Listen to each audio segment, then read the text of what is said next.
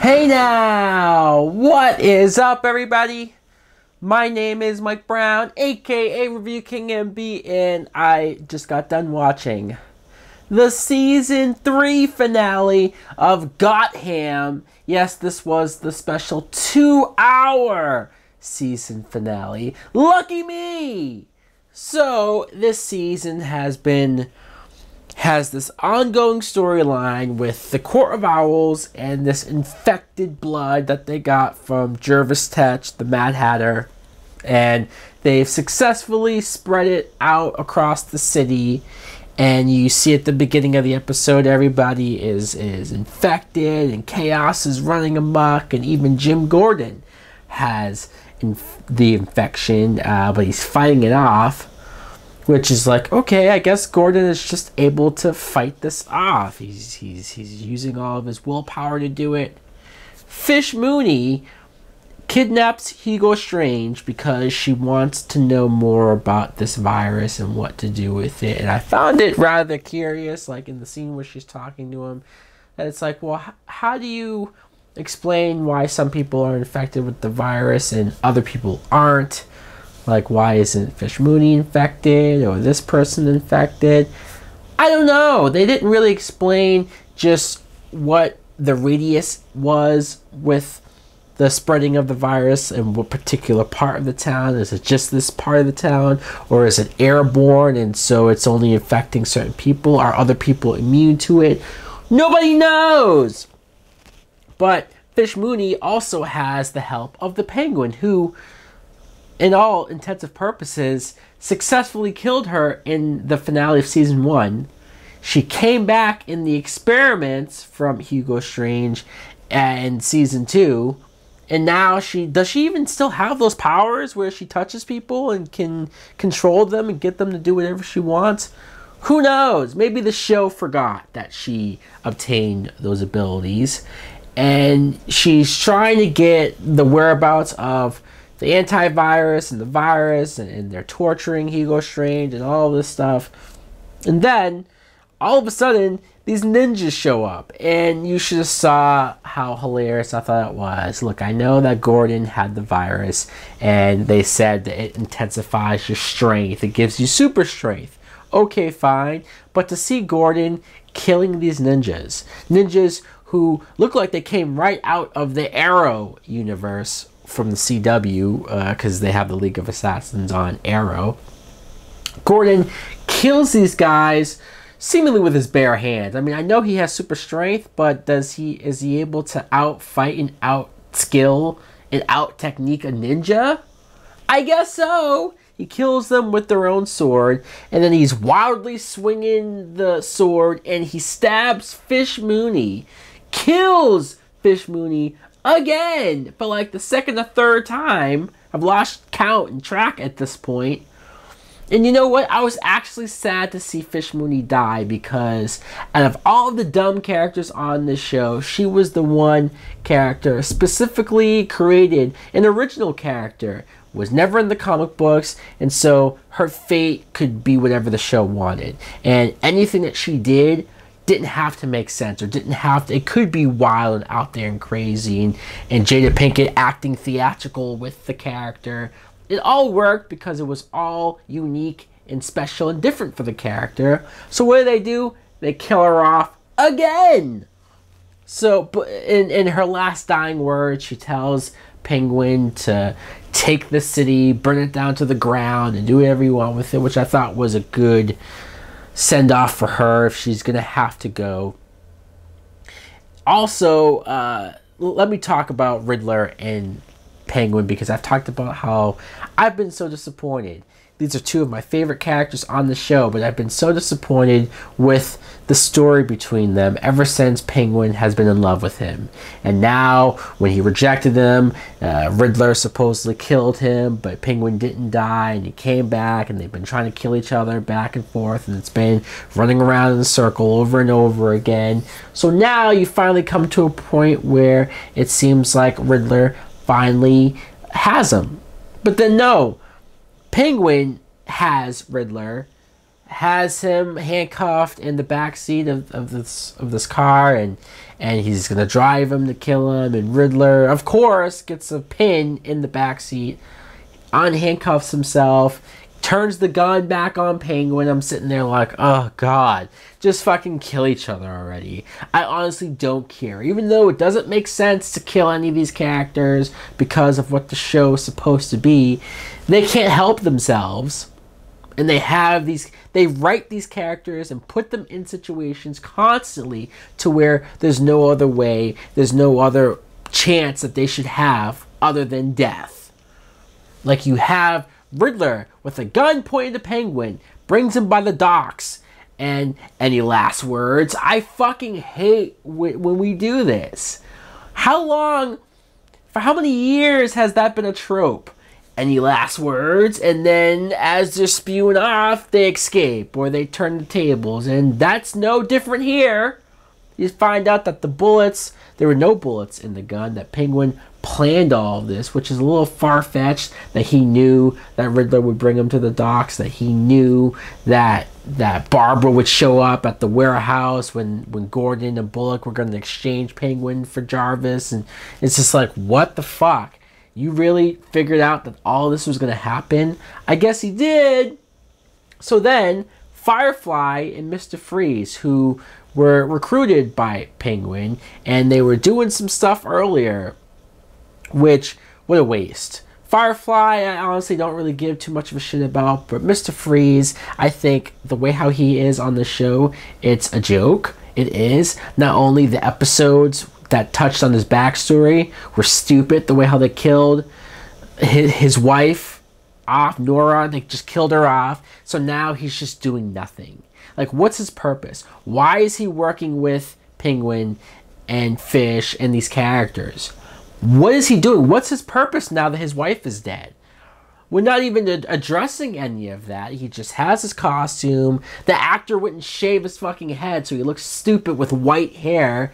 At least put a bald cap on him. He has no personality, which I know that Mr. Freeze in the animated series was very monotone, but at least he had that wife backstory, that tragic backstory. Arnold Schwarzenegger has more personality than this motherfucker. At least I can watch Arnold's Mr. Freeze and laugh at it. So anyways, long story short, Mr. Freeze freezes Nigma. Freezes him. And Penguin has a frozen Riddler almost as a trophy or statue in his place. And that's where we leave off with that story. So for one, it's like, okay, either they just killed Nigma, and there goes that as far as the Riddler being anything in the future of Gotham and that continuity. Or they're going to spew some bullshit of, oh yeah, we froze him, but he didn't kill him, and next season he'll unthaw and break out and be out on the loose again. As dumb as that sounds, I would not put it past this show for doing some bullshit like that.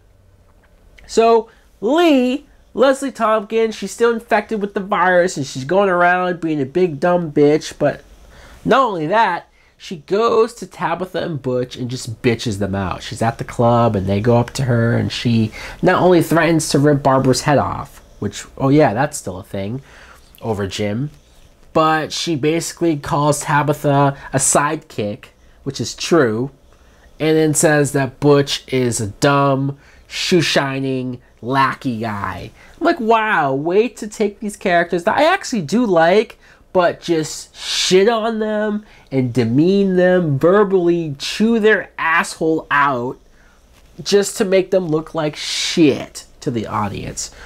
That's kind of how I felt. Now, Barbara, because Butch is so fed up with this, and he talks Tabitha into finally we're going to turn on Barbara and kill her and all this stuff. Barbara catches Butch in the act of planning to kill her. So, I was shocked.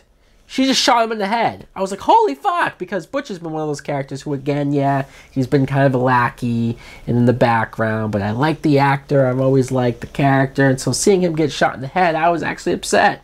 I was like, that sucks. And then Barbara confronts Tabitha, and they have a nice, good old cat fight, and it was a pretty good, vicious fight, and then Tabitha seemingly electrocutes Barbara and kills her.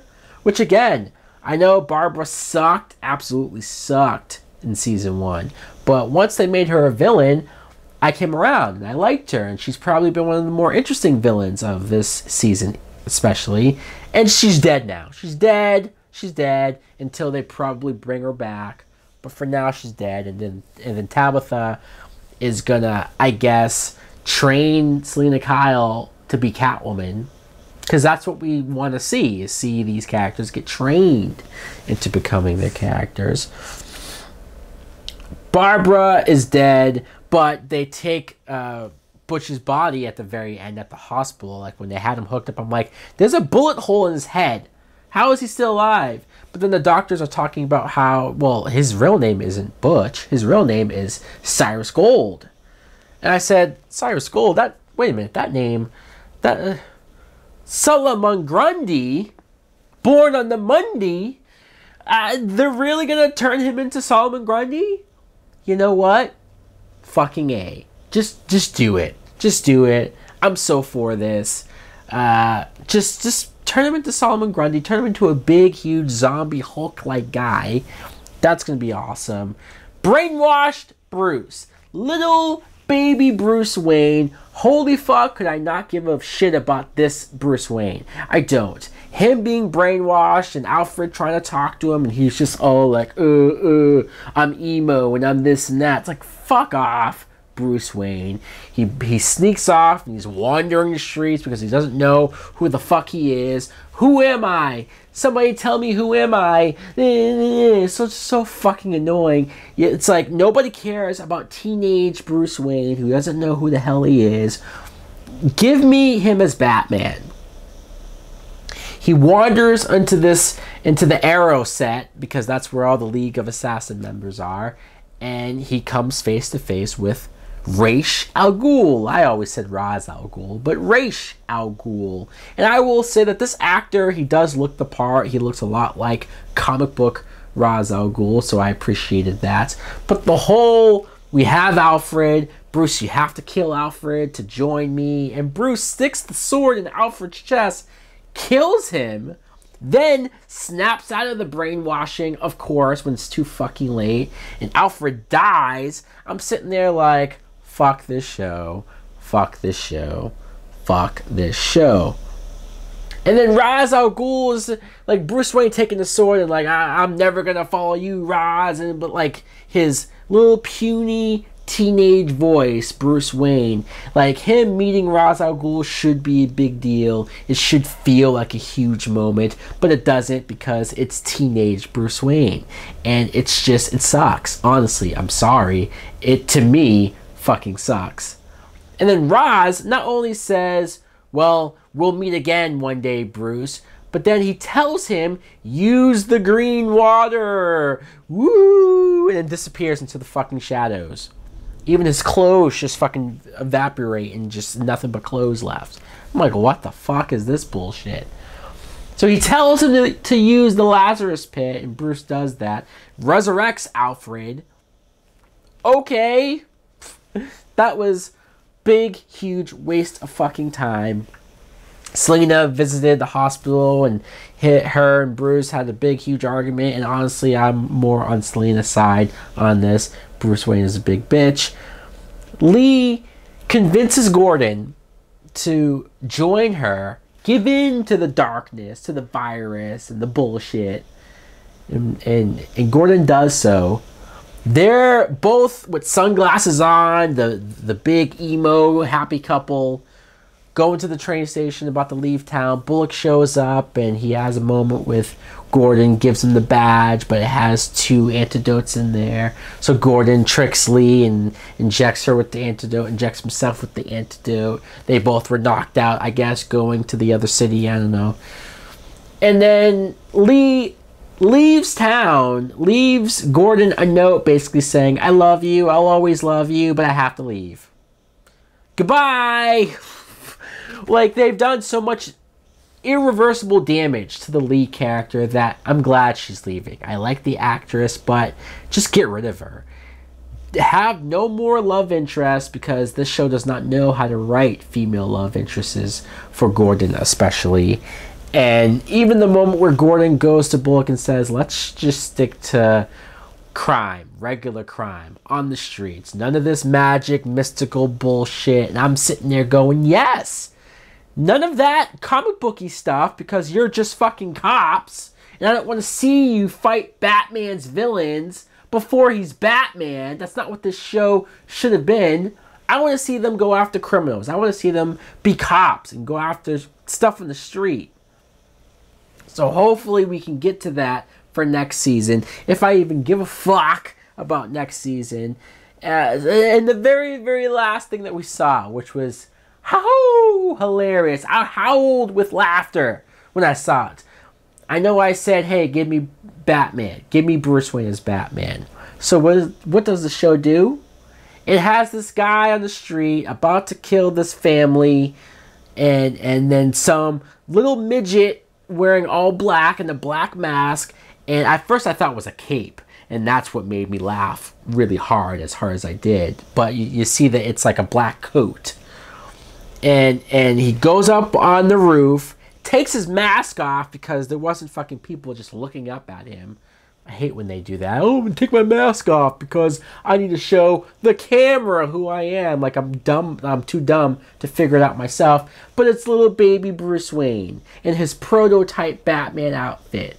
It looks so fake and phony as fuck. Oh yeah, little young goofy phony Batman. How pathetic.